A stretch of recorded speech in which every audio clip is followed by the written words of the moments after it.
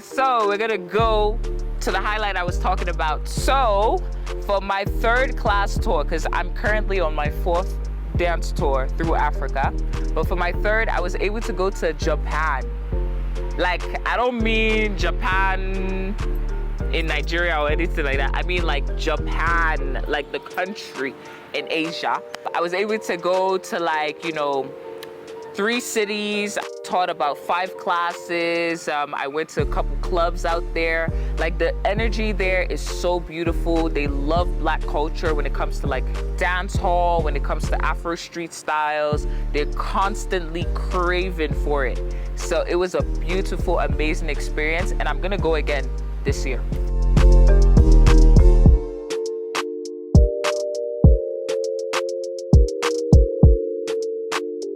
The first one, I went just the US, so I did 5 states in the US.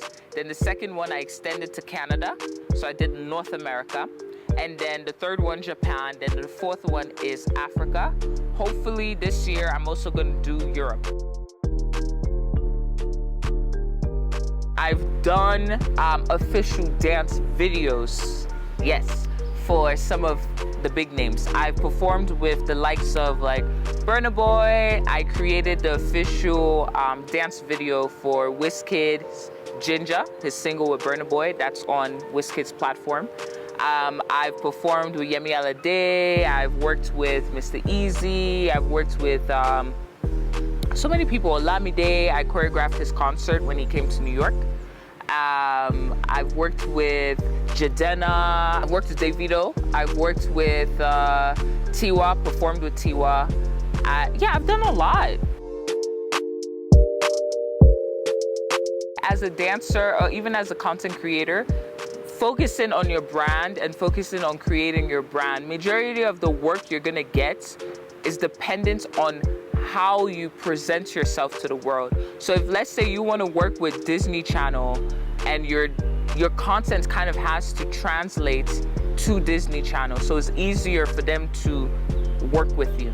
So if, for example, if let's say you're a dancer, but then your content shows you doing like taxes for some reason, that don't make no sense, you understand?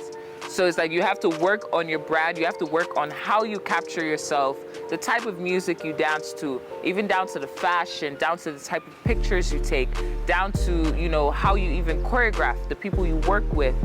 Everything needs to be intentional so that the work you get translates with your brand. So if you want to work with the biggest names, you need to move like a big name. You understand what I'm saying? Be yourself though. Do not fake a personality, because then your brand becomes a job, because you're putting too much effort into creating a persona. You should brand yourself, monetize your personality, and trust me, the people that will support you will be there for a very long time. For inspiration, I'm inspired by a lot of different things. Like, I love creative people. Like, I can be inspired by a photographer. I can be inspired by a movie. I can be inspired just by scenery. I can be inspired by traveling and just talking to people.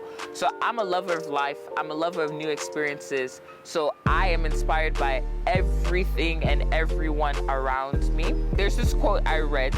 It says, "Never give a sword to a soldier who can't dance." That was, I think, by Confucius, right? I think that's a fantastic quote. Basically, all it's saying is find balance. You can be a soldier who goes to war, but a soldier also needs to learn how to dance. So you need to tap into your feminine energy, masculine and feminine energy.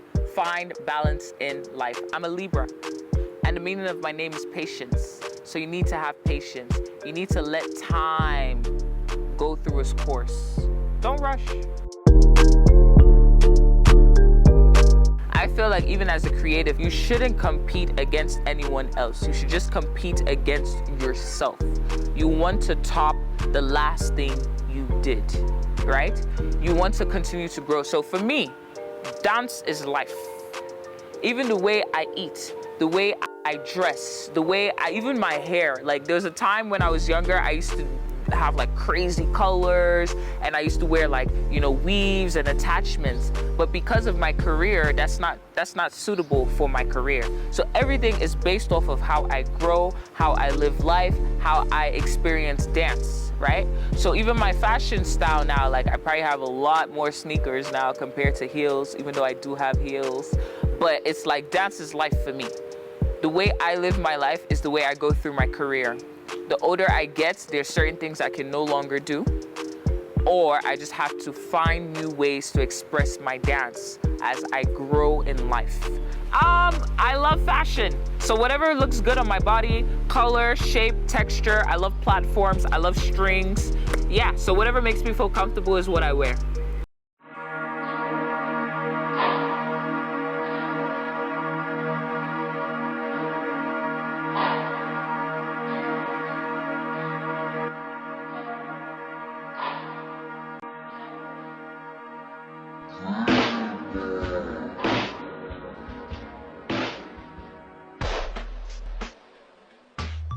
Zegbe means patience in the Benin language. I'm an Edo girl.